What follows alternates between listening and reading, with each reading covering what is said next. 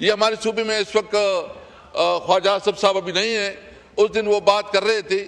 دیکھیں ہم کیا چاہتے ہیں، جو فاٹا میں اس وقت کچھ ہو رہا ہے، دیکھیں آپ ہمارے جذبات کو دیکھیں. ہم امن چاہتے ہیں، ہم کسی طور پر وہاں دہشت گرد اور کسی کو یہ اجازت نہیں دیتی کہ ہمارے امن کو برباد کرے. ہمارے لیے آپ جو جس علاقے میں ہم رہ رہے ہیں وہ علاقہ تو مارکیٹ سے بہت دور ہے. ہمارے پاس صرف ایک اپرچونٹی ہے کہ وہ افغانستان اور سنٹرل ایشیا تک ہمارا کاروبار ہو. تو اس پہ تو آپ نے مہربانی یہ کی ہے کہ وہاں تو آپ نے ہمارا کاروبار ختم کر دیا، وہاں تو افغانستان کے ساتھ تعلقات آپ نے ویسی بگاڑ دی. اور اس وقت جو پاٹا جو ہمارا مرج ایریا ہے، اس جس علاقے میں اس وقت آپریشن کی تیاری ہو رہی ہے یا باجوڑ میں آپریشن شروع ہو گیا ہے، میں پوچھنا چاہتا ہوں یہ بارڈر کس کے پاس ہے؟ یہ بارڈر مینجمنٹ کون کرتا ہے؟ اور پھر یہ بارڈر مینجمنٹ اتنی کمزور کیسی ہوئی کہ اتنے لوگ آ گئے؟ میں نے اس دن بھی کہا تھا کہ یہ جو کچھ ہو رہا ہے یہ بیسیکلی معدنیات جو ہمارے نیچرل ریسورسز ہے اس پہ قبضے کے لیے سب کچھ ہو رہا ہے. ہم کسی طور پر اپنے علاقے میں جنگ نہیں چاہتے، ہم آپریشن نہیں چاہتے.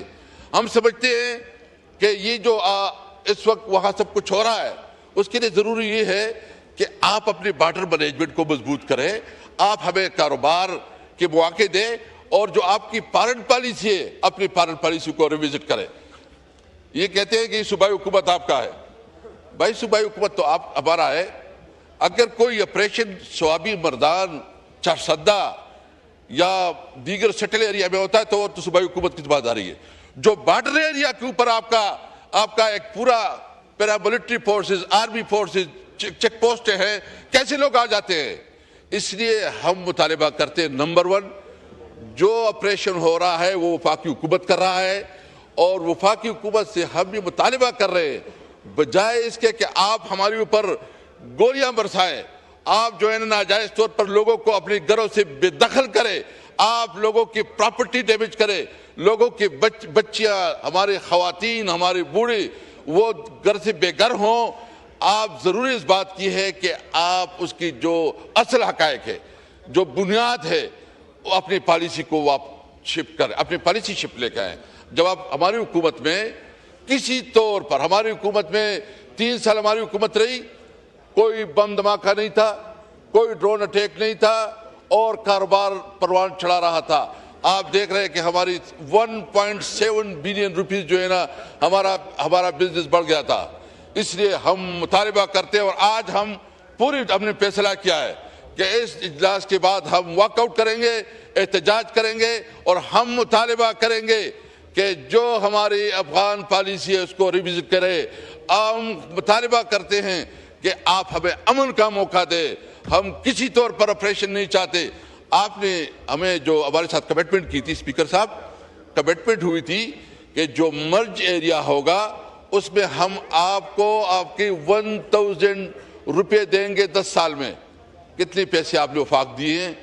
آپ نے NFC ایوارڈ میں ابھی 14% سے ہمارا 19% بن گیا، کیونکہ جو ہماری مرج ایریا سیٹل ایریا کے ساتھ خیبر پختونخوا کے ساتھ مرج ہو گیا تو جو ہمارا NFC میں شیئر ہے وہ 19% بن گیا ہے. ابھی تک وہ نہیں دے رہے ہیں.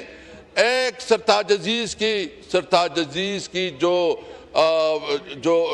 کمٹمنٹ تھی، جو کمیٹی تھی، اس میں کمٹمنٹ یہ کی گئی تھی کہ ہر صوبہ اور وفاق NFC ایوارڈ میں سے 3% جو ہے نا وہ فاٹا میں خرچ کرے گا.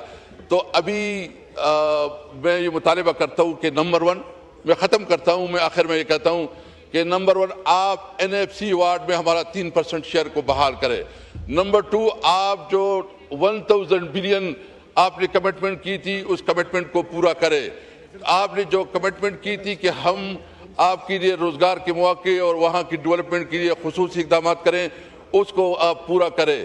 اور اس کے ساتھ ہم کسی طور پر، چونکہ عمران خان کی پالیسی ہے، یہ پارٹی عمران خان کی ہے، اس نے واضح طور پر کہا تھا کہ کوئی آپریشن نہیں ہوگا، اور مطالبہ کرتے ہیں کہ اگر کس قسم کا آپریشن ہے تو ہم اپنی طرف سے، اپنی پارلیمانی پارٹی کی طرف سے اس کی بھرپور مذمت کرتے ہیں، اور ہم مطالبہ کریں گے کہ آپریشن کو پوری طور پر ختم کیا جائے، امن کو موقع دیا جائے۔